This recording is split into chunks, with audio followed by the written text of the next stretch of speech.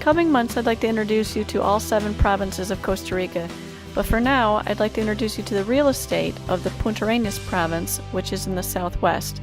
It's the southern tip of the Nicoya Peninsula, all the way down the west coast, and including the Osa Peninsula. It's very wild, empty, remote, beautiful. Not overgrown like Guanacaste is, not overdeveloped with tons of condos all over the place. There's some small towns. It's a very beautiful area and a great place to invest. But you have to be able to ask questions of somebody you can trust. And so I went to a real estate agent and asked him some of the questions people ask me most. The following interview is from December 2009. Ted, how long have you been in this area? I've been here in the Osa for about 4 years. Okay. And what have you seen as far as property prices? Really the only good deals, so to speak, have been from Americans selling properties that haven't been from Costa Ricans. Because most Costa Ricans are willing to wait the time it's going to take for the new airport. $29,000 would be for maybe 300 meters squared. Okay. So that's a small piece of land, but it's big enough to build a nice 2-story home. And it's without a view? It's without a view, but it has power, it has electric service already there, it has water service. So for $29,000, for example, and you build a $60,000 home, you've got roughly a $90,000 investment, and you're within 2 or 3 minutes of some of the best beaches in all of Costa Rica. Okay, so is it difficult for somebody to buy, a foreigner like American, to buy property here? No, it's really very easy. It's just like in the States, you get a survey like you would in the States. You get a title search done on the property to make sure the title is clear and free of all liens and encumbrances. And it's a very simple process. Once you've made the purchase, you can actually see that it's registered in the Costa Rica National Registry. You can go online and pull up your corporation or your personal information to see the property. Do you have any idea like how much an acre would be without a view, maybe with a mountain view, and then maybe an ocean view?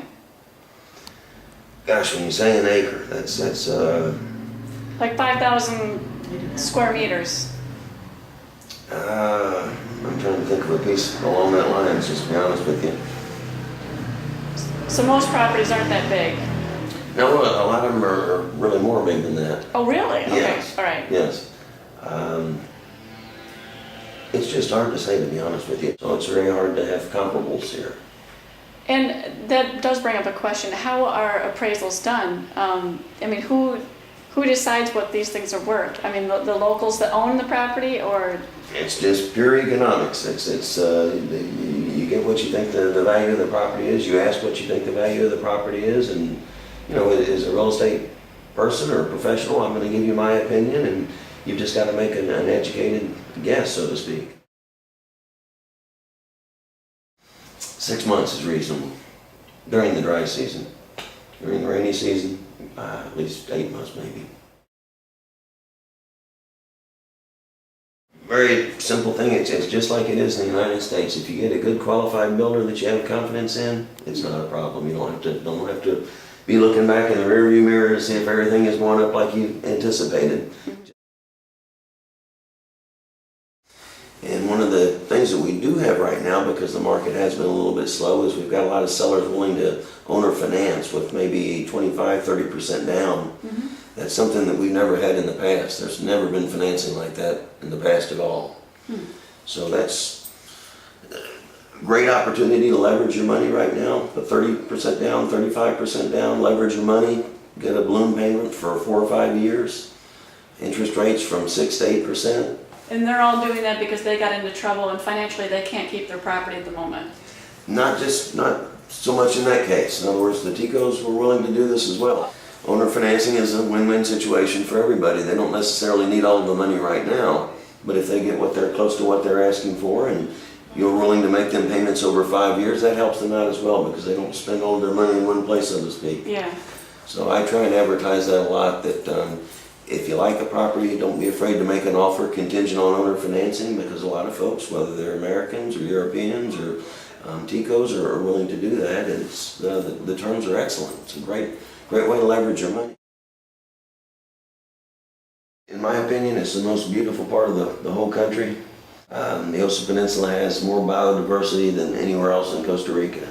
So Corcovado National Park, Marina Ballena National Park just right down the road. We've got Playa Dominical Beach. We've got Playa Hermosa.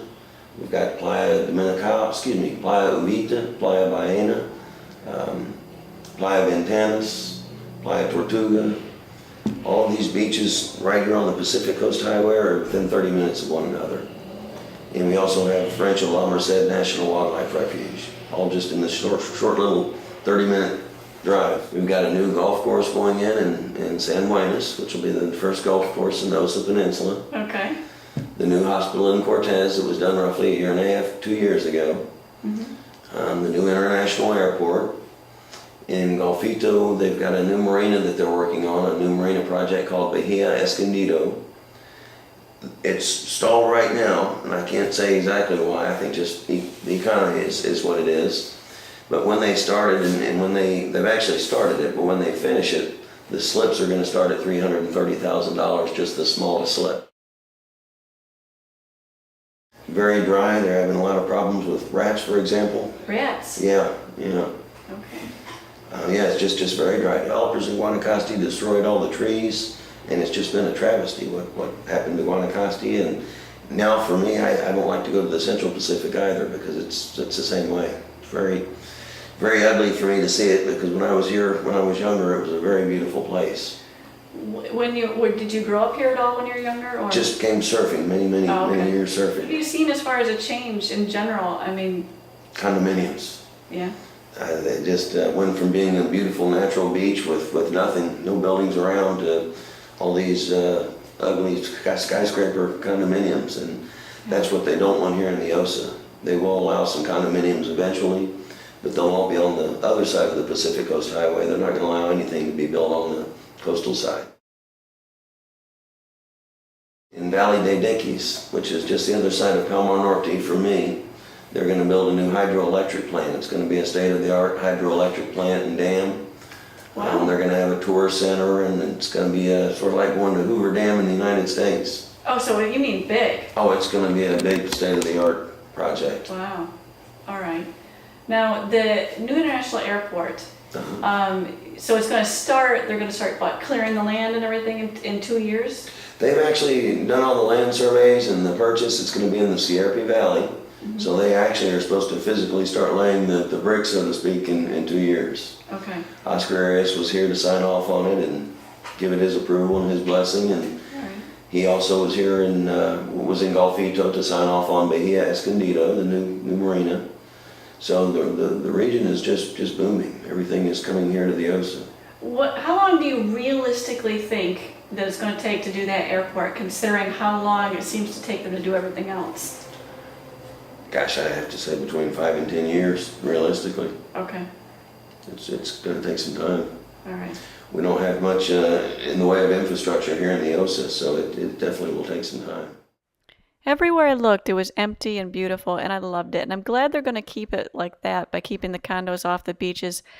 And I also thought his answers were a little bit overly positive, but when you're in a foreign country, it's nice to have a can-do attitude. And so if you're interested in talking to him, you're welcome to contact me through CostaRicanGateway.com, and I will give you his name and email.